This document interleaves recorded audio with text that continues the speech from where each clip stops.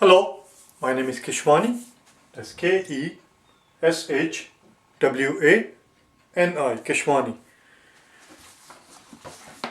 I have been solving data sufficiency problems for GMAT out of this book here, GMAT Review, the official guide, 12th edition. If you do not own this book already, purchase one immediately. It is imperative that you have it in front of you so that you can follow my work. Otherwise, you will have difficulty. The problem that I'm about to solve is the one that you're going to find on page number 274, page 274, data sufficiency problems, hence the DS. Number 17, let's take a look at it.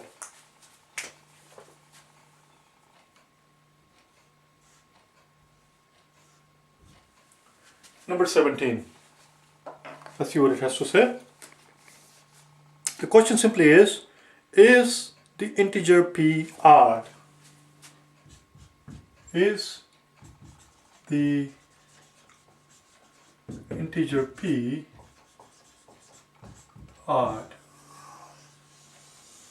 That is a simple question. They tell you that p is an integer. They tell you that p is a whole number. They're simply asking you whether or not you have enough information to ascertain p being odd or even. Let's see what they tell you in the first statement. Before we start our work, since this is a data sufficiency problem, a data sufficiency problem has just popped up on the screen. Pretend that it just popped up on the screen. As soon as you see a data sufficiency problem on the real exam, get in the habit of writing down A-D-B-C-E. A-D-B-C-E. Make that your mantra, and just write it down every time. Get in the habit of doing it, because it tells you that the answer choice, whatever it is, correct answer choice, whatever it is, has got to be out of this group, A or D, or has to be out of this group, B, C, or E. That's all.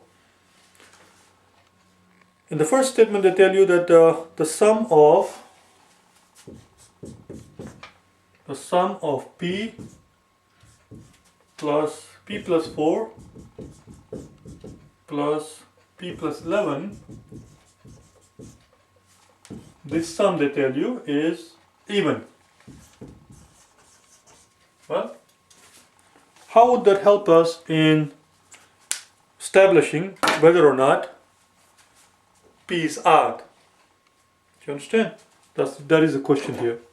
Well, there are two ways you can do this thing. One is what I call the classical way, the orthodox way, the conventional way, the geeky way, the nerdy way, the academic way, the proper way, the mathematical way, the algebraic way, whatever you want to call it. The way that will make your math teacher very proud of you.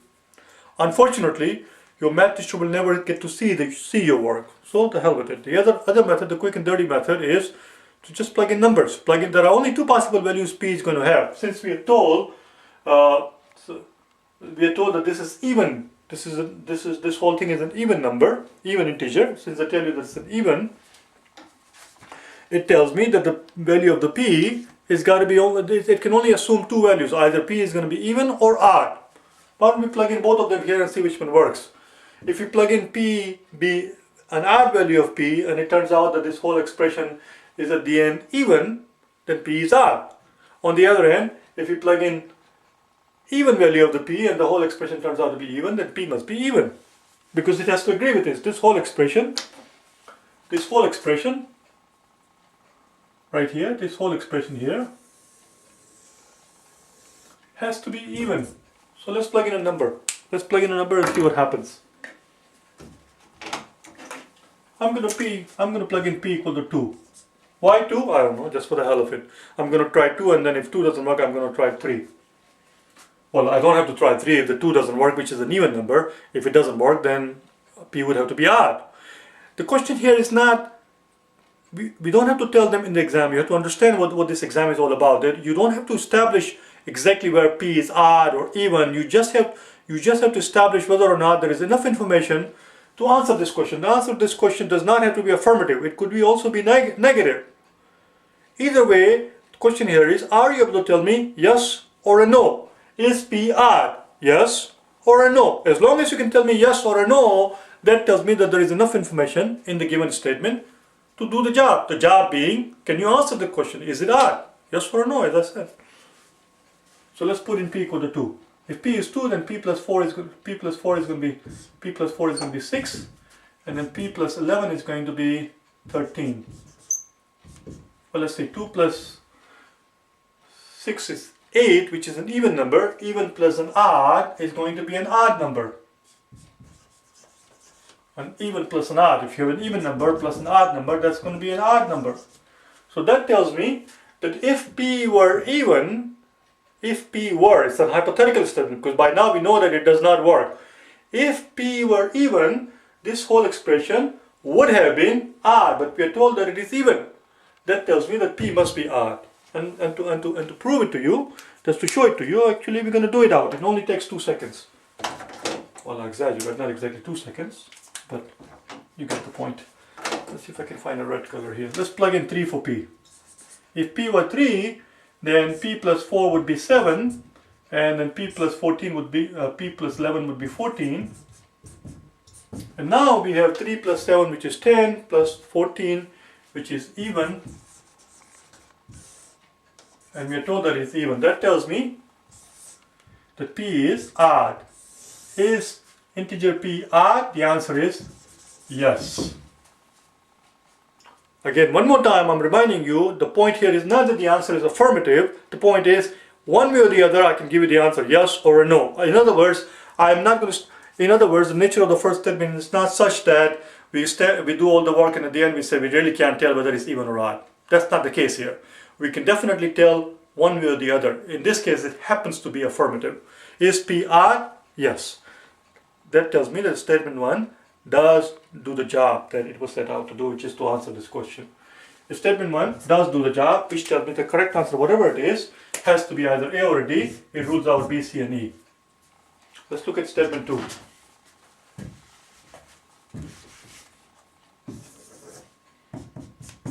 Let's look at second statement. Let's see if second statement also gives us enough information to do the job. Second statement tells us p minus 3, the sum of p minus 3 plus p plus p plus 11, again p plus 11, same as before. And now we are told that this is an odd expression. Let's plug in p equal to, again, try it 2 times. There is only 2 possibilities, either even or odd. Let's plug in an odd value for p. Why odd? Why not even, just for the hell of it? Because we already know that p is odd. We already answered this yes. And the 2 statements in this exam are never going to be such that they conflict each other. It's never the case. Whatever statement that is given in the first statement, for example, if the question goes on, here's the question, I'm going to read the question to you. I'm making up a question. So here's the question, listen carefully. The question goes like this: blah blah blah blah blah blah blah blah blah. How old is Michael? And based on the statement based on the information that is given in the first statement, you do all the work, and it turns out that Michael is 17. And then you do this work based on the second statement, and you do all the work. All of a sudden, the marker is not going to be 18 or 19 or 14. It is also still going to be 17. They are consistent. Information are consistent in the 2 statements. They never contradict each other. It never changes. Do you understand? If based on the first statement you establish that one side of the triangle is 6, the second statement is also going to come up with 6, not going to come up with something else. So we already know it's odd. So let's plug in odd. If p were 3, 3 minus 3 is 0. This is your 3. And then p plus 11 would be 14. There you go. You see, 3 plus 14 is odd. It agrees. That tells me that p must be odd. I'm making a big fuss about nothing at all, because the second statement is exactly the same as the first statement. You do the exact same work. That's all it is. That's all it is. So we did this problem in a very unorthodox way, in a very, very unclassical way, very unalgebraic way. That's all. So since second statement also does the job, the answer is D. That's all. Now what I'm going to do is, I'm going to go behind the camera, see how much time has lapsed, and if I have the time and if I feel like it, I'm going to actually do it one more time just for the hell of it, just to show you how to do this problem in a theoretical way, mathematically. which is using the logic and the argument as opposed to plugging in numbers, which is a bit childish. There's nothing wrong with it. Nothing wrong with it. I'm not knocking it, but let's do it the little bit more sophisticated way if I have the time. Just give me a second.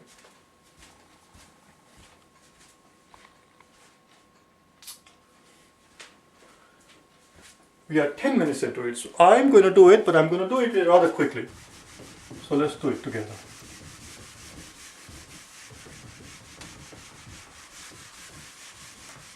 We are told that this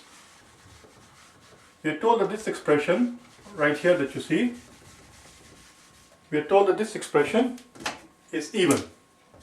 We are told that this expression is even. Well, let's add it up. P plus P plus P is 3P. 14 plus 11 is 15. Well, that's an odd number. And when do we get an odd? When we have two numbers. This is one number, this is another number, and we know that their sum is even. Their sum is even right here. We're told that this is even. So if I have one odd number, how can I get if I add another number to it, how can I get an even number? There is only one possibility, which is this other number, this other quantity, this quantity here, would also have to be odd. Because odd plus odd is going to give me even. Odd plus even will not give me even, will not give us even, and we know it's even. That tells us that 3p must be odd. 3p, this implies that 3p must be odd. Well, here's the product of two numbers. We know the first number is odd. First number is odd, and we know that odd times odd, 3 times 5, as you can see. You don't have to memorize this thing, just pick a number and do it out and figure it out. 3 plus 5 is 15, which is odd. Odd times odd is odd. Even times even, 2 times 6 is even. Odd times even, 2 times 3, or rather 3 times 2,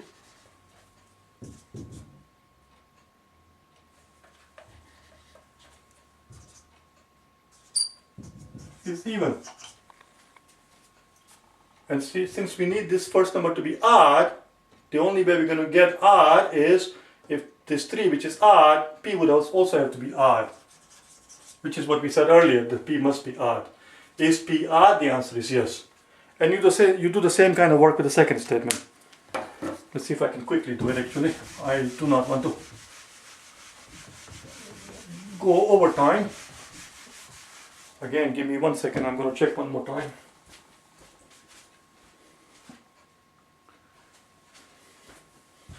Okay, let's do the second statement. Again, same logic. But you see, this is very algebraic way, very classical way. Second statement tells me that p minus 3 plus p plus 11 is odd. Well, here I get 3p again, and 11 minus 3 is going to give me 8. This is even. How can you get odd when you add the two numbers? If I add, this is one number, 3p is one number, and 8 is another number. When I add two numbers, and I get an odd number, and I know one of them is even. The only way that is possible is if even plus odd is going to be odd. See, even plus odd is going to be odd. Even plus even is going to be even. So this must be odd. If this is odd, and if 3p is odd, and we know that 3 is odd, how can we get the product of two numbers to be odd when the other number is also odd? Like 3 times 5 is odd, you see? 3 times 5 is 15, which is odd. So therefore p must be odd. Perhaps I should not have done the second way, the algebraic way, because it's logical thinking as opposed to plugging in numbers. Plugging in numbers is quicker, that's all, and simpler. So stick with that one in the real exam. Unless you can think like this, the way I just explained to you in a matter of a few seconds, because you only have 2 minutes per question approximately. Anyway, I hope you found it helpful. If you wish to get hold of me for personal private tutoring, I do face-to-face tutoring obviously. I also tutor over the internet through Skype, and I do tutoring over the telephone. If you wish to get hold of me for your preparation for GMAT, go to my website at www.tutor.com. prep, P-R-E-P prep, F-O-R-4, gmat.com and send me an email. Or you can go to www.keshwaniprep.com and send me an email. Alright? Thanks.